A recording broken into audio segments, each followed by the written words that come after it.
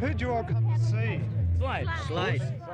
Yeah, who'd you particularly come to see here today? Slade.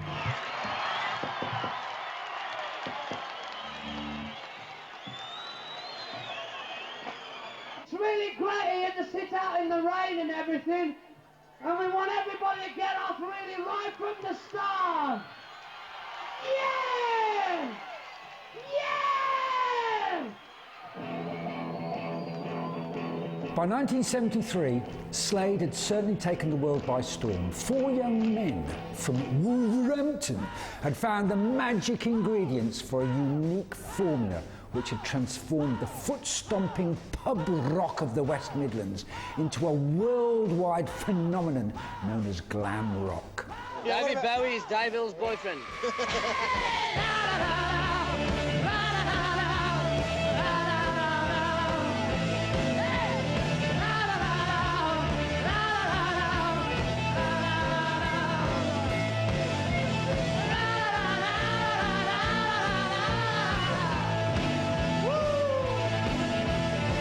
And like many of their rivals who could only really cut it on the 7-inch single format, Slade bridged the gap between the world of pop singles and the serious music arena, which relied on the altogether more challenging format of the 12-inch album.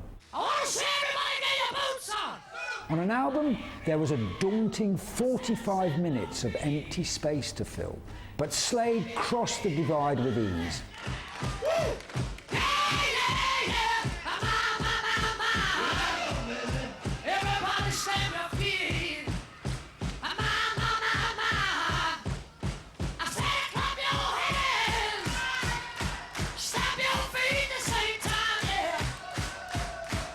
I remember going round to my friend's house, and he had an older brother, and he had Slade Alive. I think it'd only just been out a matter of days. So we used to sneak in, and after we weren't at school, put it on, and that was it. It was like, this is great. I think it was almost kind of the feeling of like, well, why they put a live album out? It wasn't until you heard it, this is great. They got my vote after hearing that, whereas it's quite interesting. Before that, I was probably Slade. Yeah, I knew of them, but I wasn't really particularly that interested in them. It proved to people this was more than just a studio pop band. This was a really hard rocking band who could live with anybody, and I think that's the crucial point about Slade Alive. It made people realise there was more to Slade than the hits. Keep on rocking! Keep on rocking! Make it! It was liberating and exciting because it was all about them live, and it felt incredible as a live album. It still stands as one of the best live albums, certainly from that period, I think. It cemented what had been going on with Slade up to that point. They'd been a hugely successful singles band. You never thought of Slade being a successful albums band, and here came Slade Alive, and it did the trick. This is the independent, critical review of the album which showed the world Slade could cut it live and on record, and established the band's career as a serious force in the music world of the early 70s.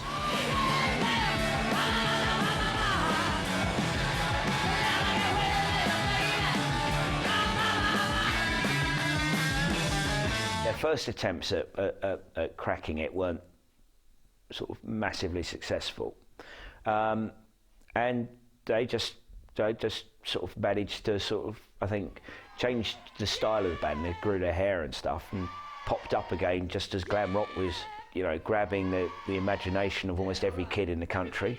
Even when they came out, when they had the skinhead look, first of all, they had a look. They were immensely image conscious, and that stayed with them right the way through. And I think that's the other thing that the fans liked. They weren't too serious. Get up and stop it! Get up and stop! You can't do that! Clap your hands! Come on! This is so funny! They were a band who had no political axe to grind. They had no pretensions. In a way, they were an oasis at a time when prog rock dominated on the one hand and slightly twee effete pop dominated on the other. There were very few bands who didn't actually fall into one of those areas. And even the bands such as T-Rex or David Bowie, who didn't fit in there, had a certain sense of style quality and being removed from the fans. Slade weren't. They were part of what was out there. They weren't a good-looking band. You know, I mean, furry, grey sideburns and goofy teeth and dodgy hair.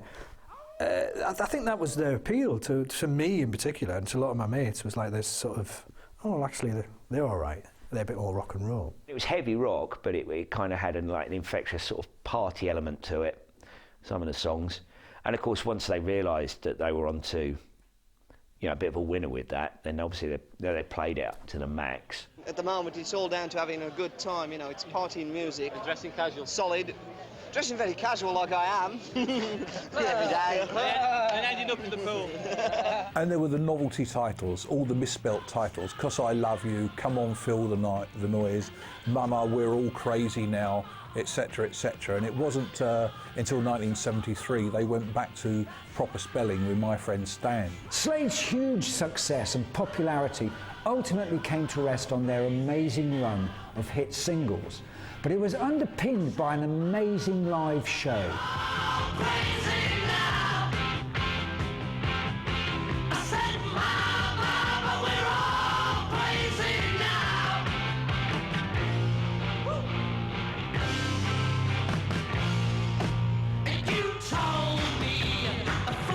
Slade were a working live band before they had the hits, and they worked very, very hard as well. They came from a background of vaudeville as much as they came from a background of rock and roll. They knew how to work an audience, they knew how to go on stage, they knew how to present a live presentation. They knew what it was about on stage and on tour. Noddy was a great front man and MC. He could cajole the crowd. He'd have the crowd in the palm of his hand by the end of the second number. The encores were always great. They knew when to finish a show. They knew exactly when not to go on too long.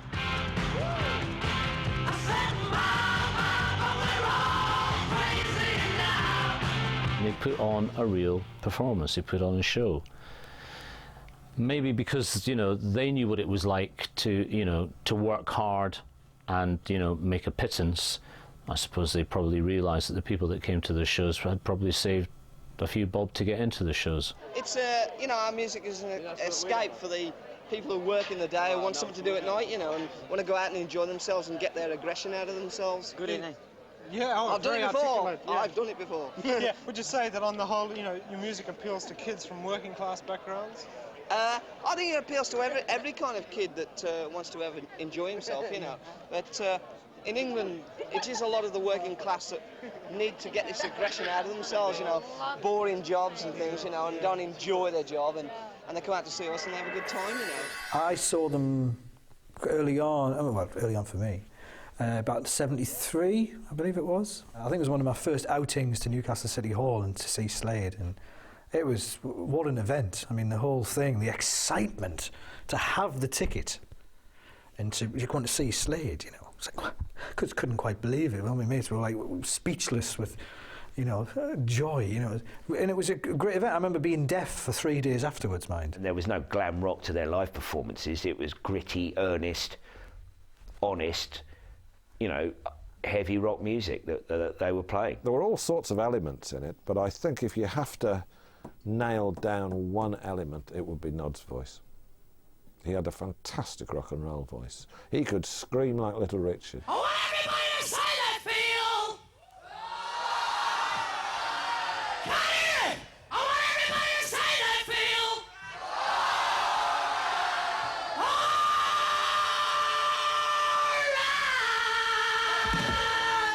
right. They were a great live band. I mean, you really got your money's worth as well. There was no pussyfooting around. It was just a great fun rock and roll show, The first official recording of the incredible power of Slade live in concert came in the form of the 1972 album Slade Alive. The decision to make Slade Alive, I'm sure, was Chas Chandler's decision, because he'd already become aware of what a good live band they were and how they'd attracted a live following before they became a chart band, and he knew how good they were, so he wanted to expose them this way by saying, look at these boys, they're really good live. And I think he was probably aware that those fans they'd already attracted were attracted by the live show and would buy an album that presented the live show. The whole album is just littered with mayhem, but not in an uncontrolled way, in a directed way. You know, the thing about Slade and their live show was it was about the audience. It was about you having a good time, and they were there to give you a good time and to have a good time themselves. I remember Dave Hill used to have this big ball of glitter by the side of him. When you think about it now, it's really cheap and tacky.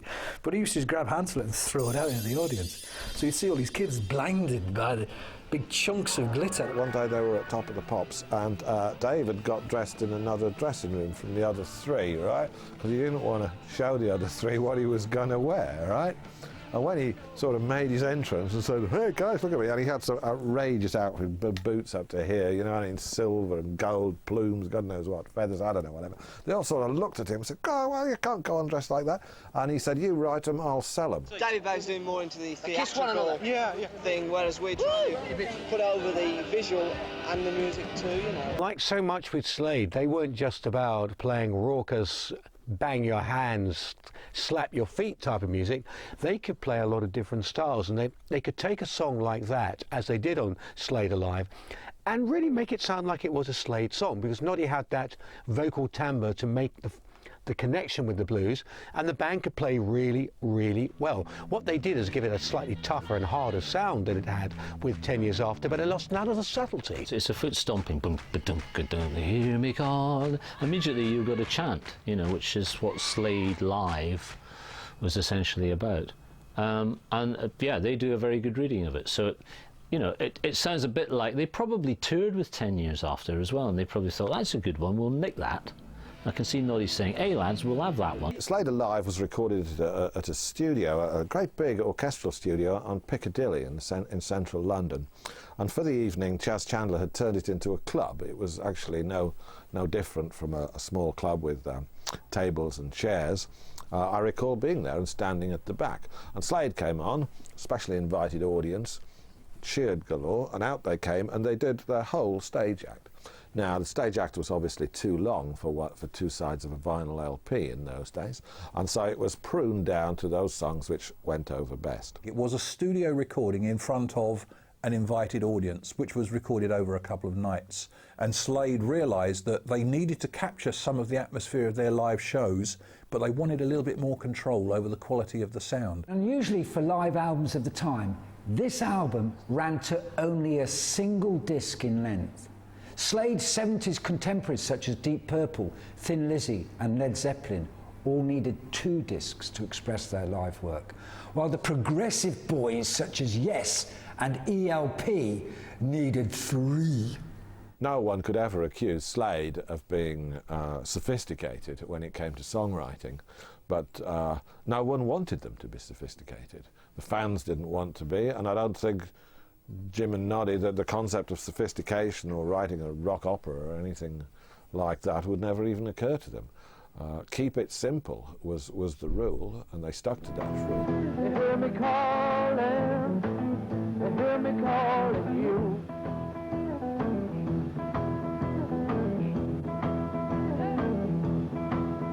If you don't come soon, I know my love ain't true.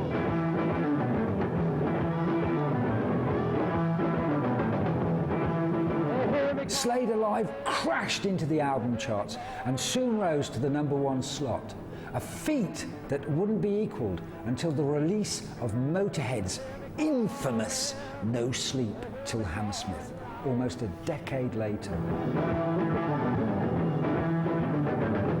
Great that it went to a surprise probably to all, a bit odd, but then showed the strength of Slade as a band, as an act, and certainly as a live act, and what people wanted to buy this live and hear this band that they knew were the real deal, I think, in amongst a lot of, you know, flair and pomp and circumstance. For Slade to actually top the albums chart was a real measure of success for them for 2 reasons. Firstly, because it proved that they act were more than a singles act. Topping the single chart they'd done, and they had single after single which made it into the top 5. But to get there on the albums chart, which is seen as much more a mark of stature, was a great achievement. Secondly, they did it with a live album, which wasn't chock full of hits. It was kind of like, well, I thought I was going to get all the songs that I knew, you know, on here. And it was obviously it was obviously a statement to say, hey, this is what we're really about. Unbelievably, for an album first published in 1972, they left out an amazing contender, the unforgettable 'Cause I Love You, which reached #1 in November 1971. I won't laugh at you when you boo-hoo-hoo, 'cause I love you. I can't turn my back on the things you like, 'cause I love you. I just like the things you do. Don't you change the things you do. They omitted "Cause I Love You" from Slade Alive because it was simply too new. Also, I think there was an element of value for money, because most of these fans had probably bought "Cause I Love You," so they wouldn't want it again, would they? There was a long period in the late 60s, well, right through the 60s, early 70s, where it was considered uncool and uncouth to the British market to have your singles on the albums. But for God's sake, you know, I mean, Get Down, Get With It was on there, which did quite well for them. And "Cause I Love You," it just seemed odd that it didn't make it on there. When you bite your lip, you're gonna flip your flip, and I love you. Though we're miles apart, how you reach my heart, how I love you. Oh, I just like the things you do. Don't you change the things you do. No, no, no. Only time I can tell if we get on well. I love you. I would imagine there would have been some sort of, at least, slight tiff at the record company with the E&R department or the PR or whoever, just going, you know, you're not putting the singles on there, are you crazy, you know? But maybe the exclusion of a track like this was on purpose by Slade to go, no, because that's your corporate hit thing. They're trying to get across their serious side, you know, of what they're really about. They're trying to make that impact. But of course, it doesn't really work to a certain extent, because they're still overshadowed by this glam rock. Also missing from the album was Look What You've Done. Released early in 1972, this unusual ballad, Come Rocker, would have proved a great addition to the album. It seems odd now, looking back, because they're great songs, but maybe at the time, they had this delivery live. It was all about rock and roll party, you know, you're going to have a great time. Maybe they thought the songs were a bit too tame. There's a strong argument to suggest that either of the singles would have been preferable to In Like a Shot From My Gun. Definitely the album's only weak moment. It's not the world's greatest song, or it's not the world's most commercial, but it's got some great harmonies, some great solid rhythm guitar work, and I think within the context of the live gig, it works very well. But it's not going to win any Grammys for its songwriting abilities. It falls a bit flat. Sort of starts well, but you know, doesn't finish well. It's not bad. There's nothing particularly wrong with it, but it's not the best track on the album. I liked the song. I mean, it appealed to me at the age I was at, and I did like it, and I don't know why I liked it, but there was something about it. And it's like a shot from my gun. Feel like a shot from my gun. Feel like a shot from my gun. From my gun. obviously it's Slade, it's completely Slade, but it's not standard Slade. I mean, I think the track is more bending towards early Queen. People always don't always think of Slade as being a great vocal harmony band, but the harmonies were quite efficiently done. If you take some of the other tracks that may be quite standard 12-bar, you know, here we are, like, come on, let's all do it together and everybody join in and let's get at it. Here's a song that just, I think it explores a bit more, exposes a bit more musicality. These were very good musicians, you know.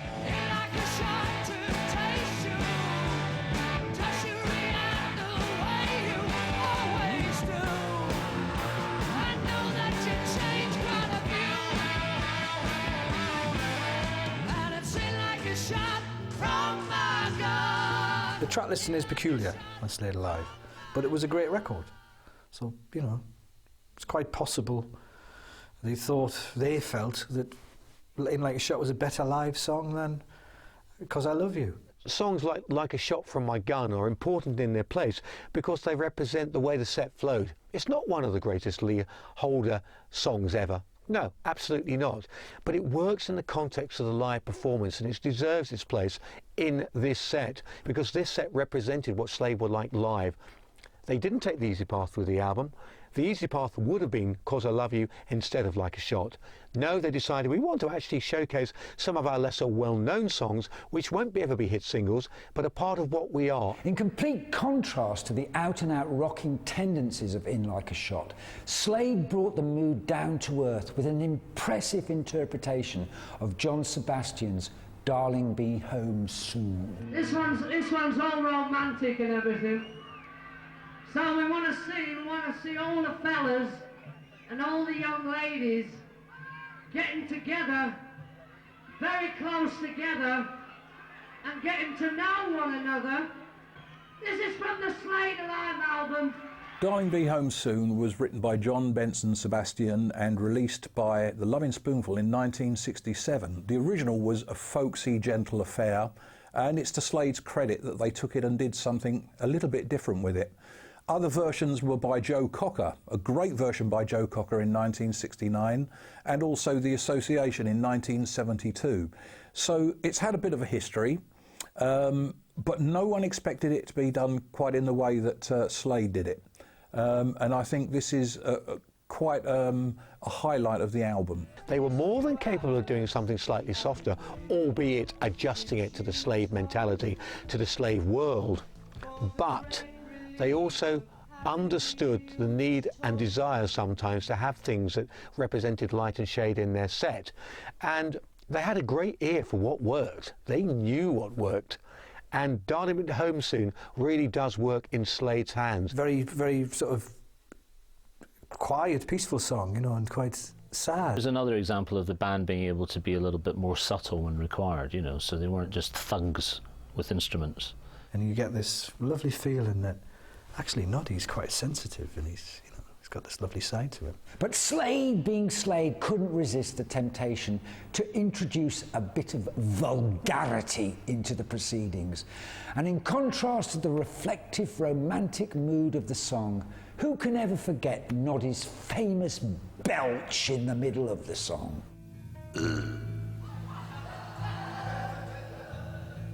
Of course, Slade, especially live, were not particularly soft, although they didn't overwhelm the song. They still allowed the feel of the song to come through, and the character of the song is there.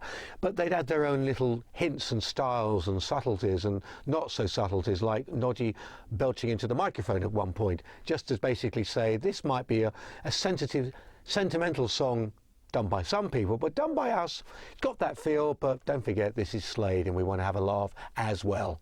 The infamous burp became a legendary rock moment, but Noddy may have regretted it, as crowds now expected a repeat every night in all its full glory. I wonder how he feels about that now, whether he doesn't give a monkeys or whether he feels embarrassed by it. Darling, be home soon. Know Who You Are brings the tempo back up again with a song which has all the hallmarks of an early 70s rocker, yet there are still definite hints of the 60s and even a progressive tinge in the air. Tied up your socks, trying your father's on. Run round the world taking all that you want to got it. Know where you are and where you've been and where you're going to. Hey, go babe, sing the song. My first thoughts were, bloody hell, it's Quo. The similarity between that and the live sound of Quo was absolutely unbelievable. So I'm straight on the phone to Francis Rossi and said, OK, mate, who got it from whom? And Francis admitted that they'd been great mates. To this day, they're great mates. And they toured very much, and Quo had supported Slade in the early days. And he did concede that they'd probably got a bit of that vibe off of one another. It's kind of where they were becoming, because a lot of the early recordings were kind of covers, or they hadn't really settled on any sort of format for writing. And when Noddy and Jim Lee started writing together, they had to suddenly hit on this wonderful, simple formula. And I think it shows, that song shows how where they were going with their particular style. There's sort of two parts of Slade to this song.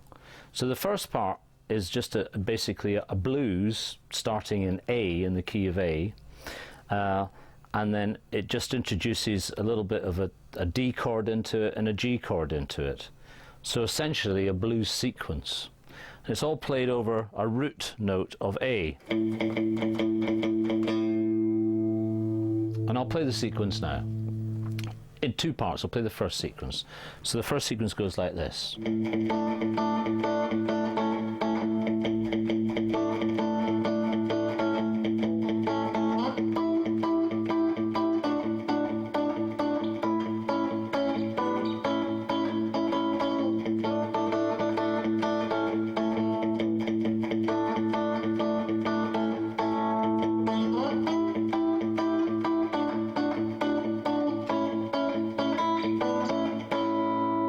So as you can see, that could be played by perhaps someone even like Ry Cooder or some of the Texas blues players.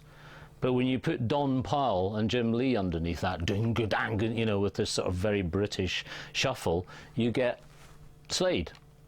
And then it goes to a second section, which is much more typical of Slade. And they're using the famous root and fifth, so the tonic, the root of the chord, and then the fifth note of the scale.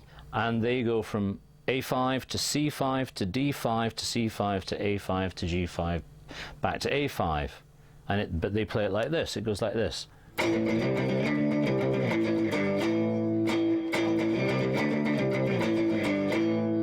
then, so you get these juxtaposition things, which is typical Slade. That big chorus, and then back down to the verse. Sing a song to make out that you're playing is easy. Know where you are and where you've been and where you're going to. Know Who You Are would never have been a commercial single. I don't think it was written with single in mind, like some of the other misnamed stuff. But it works well in a live context, which makes one think even more about the set list for this album. This song is going to seep into you. It's not going to knock you over, but it's going to gradually seep into you. And I think it's a clever mentality with a live performance or a live album to have one or two songs like that which don't hit, they creep up on you. And Know Who You Are is not a bad song. It's a lesser song when you compare it to the true greats that these two wrote. But I think that's a measure of where they are in the pantheon of songwriters, not a criticism of the song. Side 1 of the original album ends with Know Who You Are. Side 2 is total rock from beginning to end. There was a period where you'd be a side 1 or a side 2 a man on a particular album. I always hated that because I always jumped about on tracks like that and trying to hit it in the right spot. I never could, and always wrecked records because of that. Side 2's the best, the better side. Not least, it's got to Get Down, Get With It, which is obviously the most noticeable hit track on there. But I mean, it's got Keep On Rocking on there, and it's just got more oomph. The first half is quite. It sort of builds you up, and there's, you know, good bits here and good bits there, and, you know. But side two, it's just like, you know, it's just.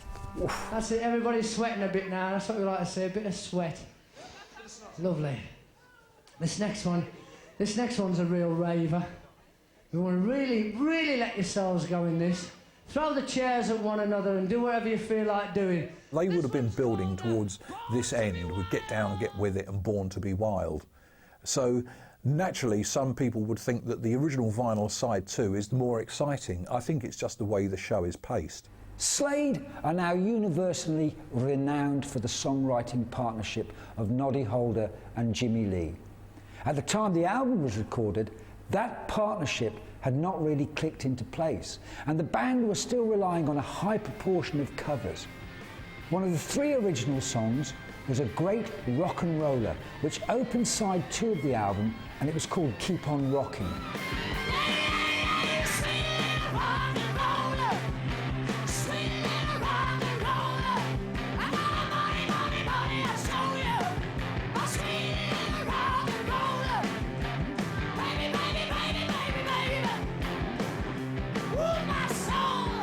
Keep On Rocking was another Slade shot at the Chuck Berry motif, really, wasn't it? I mean, Slade were absolutely perfect at the 12-bar rockers. It could be Good Golly Miss Molly, you know. You know, the whole phrasing and everything is approached in such a standard way. It is derivative, but once again, they managed to make it their own. You know, displays their influences, their roots, you know, where they were coming from. It is what it is. It was a live song, and, you know, Slade obviously had their set up for what they were, you know, live. They knew what was going to work, what wasn't going to work, and that was their build-up song.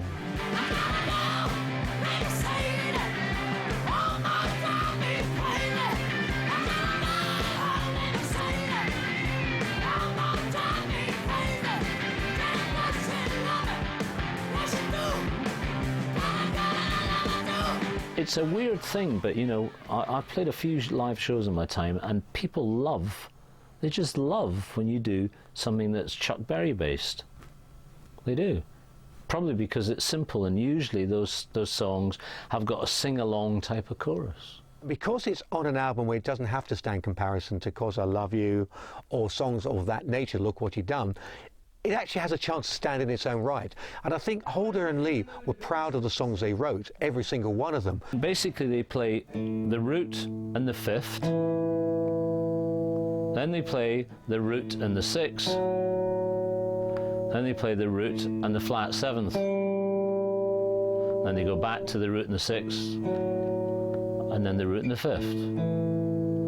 So when you hear it like that, you think, yeah, but when you hear it like this, you'll recognise it.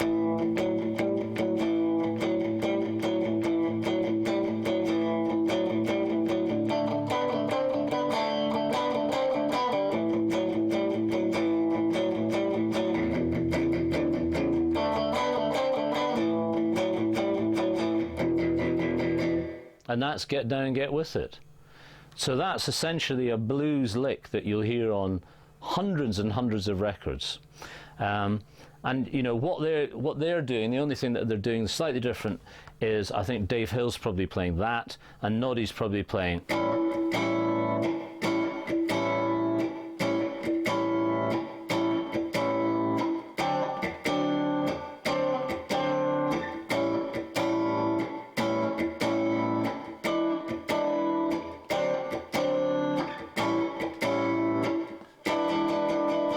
Against that, and the 2 guitars create, one's dancing and one's playing the offbeat. That's all you need.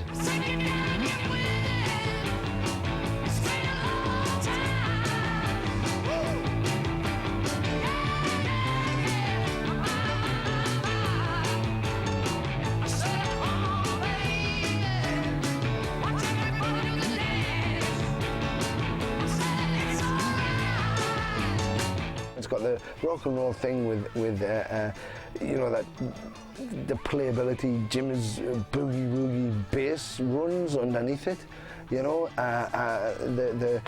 the 12-bar accents by Dave, and you know, just the whole thing just moves, and you get Noddy Holder just letting, like, you know, fire out.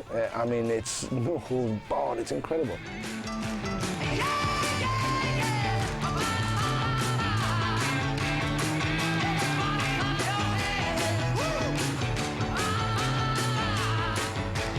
If you can understand that they've made a deliberate attempt to portray themselves as a kind of different band with Slade Alive, you know, you still kind of want that link between the two, and that's what Get Down and Get With It gives you. I mean, it's about nothing really, but a lot of the great songs were about nothing. It's just it's songs to dance to, really. You could dance to it, stamp your feet, you know, and just make a noise and be big and loud, and which is what Slade were.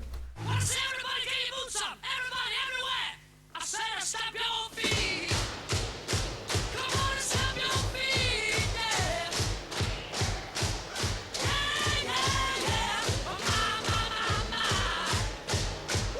Everybody stamp your feet! Oh, my. It's a call to arms, as it were, by Slade.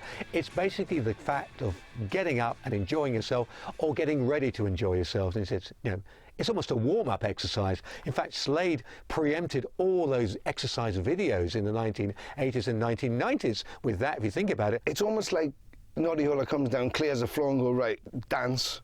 You know, it's like a cowboy shooting at your feet. It's like, yeah, I mean, it's just in your face, and it's like, come on, clap your hands, stamp your feet, you know, it's like, yeah, come on. As they became more and more popular and rather more licentious on stage, Noddy would stop the song and shout things like, hands up all the girls with black knickers, and all the girls would go shrieking, hands up all the girl with white knickers. Hands up all the girls with no knickers. And of course, this is really corny stuff, but boy, did it go down well with those audiences. It just shows what a great MC, what a great front man, and what a great crowd worker Noddy Holder was and probably still is. I want everybody to say they feel! I can't hear it, come on! I want everybody to say they feel! Louder! I want everybody to say they feel!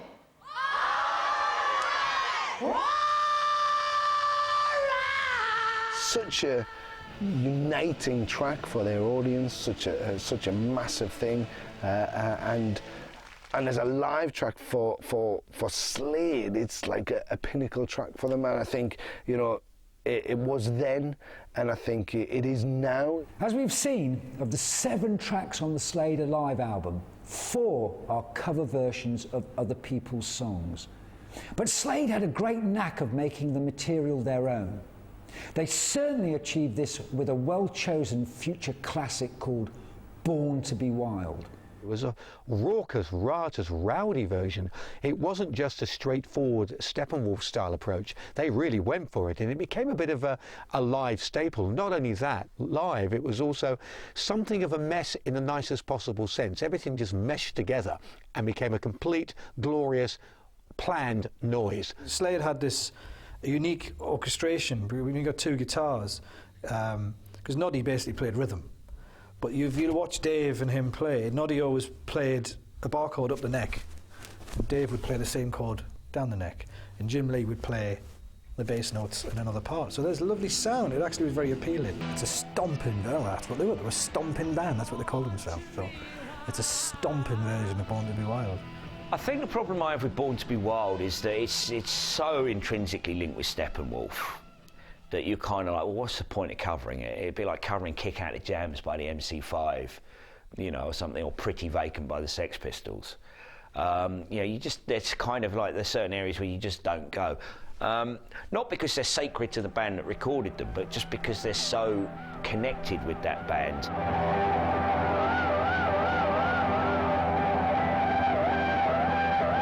You can hear they enjoy playing it. They probably wish they'd written it, as I do.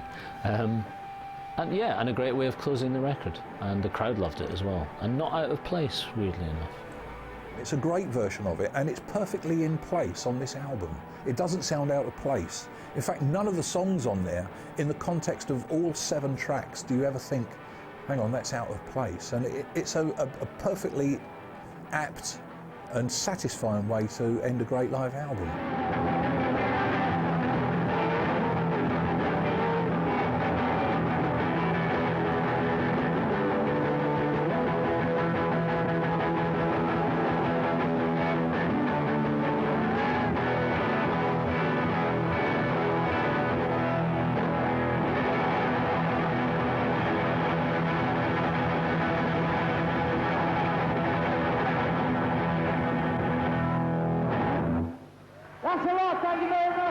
I don't believe that Slade Alive has gone down as a classic album, and it's a great tragedy because it should have done. This is probably something to do with the way they looked rather than the music they performed. It's happened to a lot of 70s artists who dressed in a manner that today we might think, God, they look like a bunch of dorks, don't they, right? Happened to ABBA for a long time as well. ABBA weren't taken seriously because of the way they looked. And I think the same thinking has afflicted Slade, alas. I personally wouldn't say it's a classic, but it's certainly a really good album that's got lost in time and is well worth digging out and remembering again. And it has been a bit of a forgotten thing, because, you know, things are forgotten, and Slade moved on, you know, became a huge singles band and sold tons and tons of records, and even rivaled the Beatles for sales. But I think Slade Alive set them up for what they became. From the glam period, nothing really, you know, nothing has a boot the size of this boot, you know. I mean, these guys might as well have invented Doc Martens along with it, you know. I mean, you know, it's Slade at their loudest. It's Slade at their basic, loudest, everything. You know, it's exciting from beginning to end.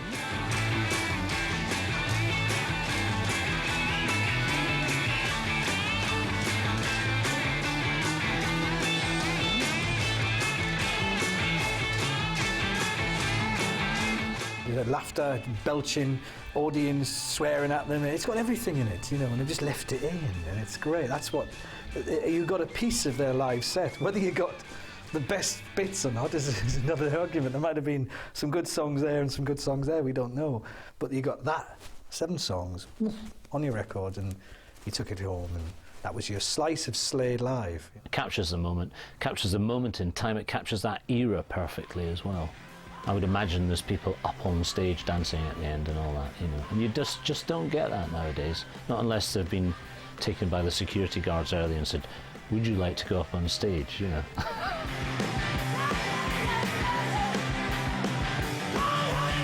You listen to the album now and it's still got a lot of energy about it. It's still got a lot of raucous attitude.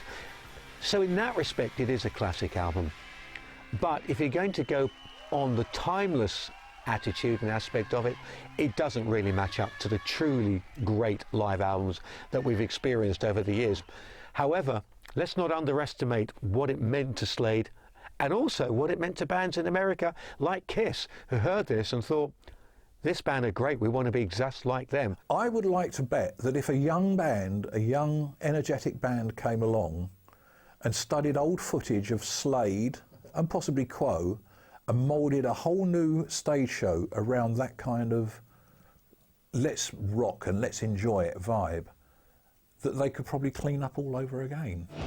Shaky lightning, heavy metal thunder, with the wind. From here, there was no stopping Slade. They went on to achieve immense success. Eventually, Noddy and Jim decided enough was enough. But in the new millennium, Dave Hill and Don Powell are still rocking out and raising the banner for Slade. And I, for one, say more power.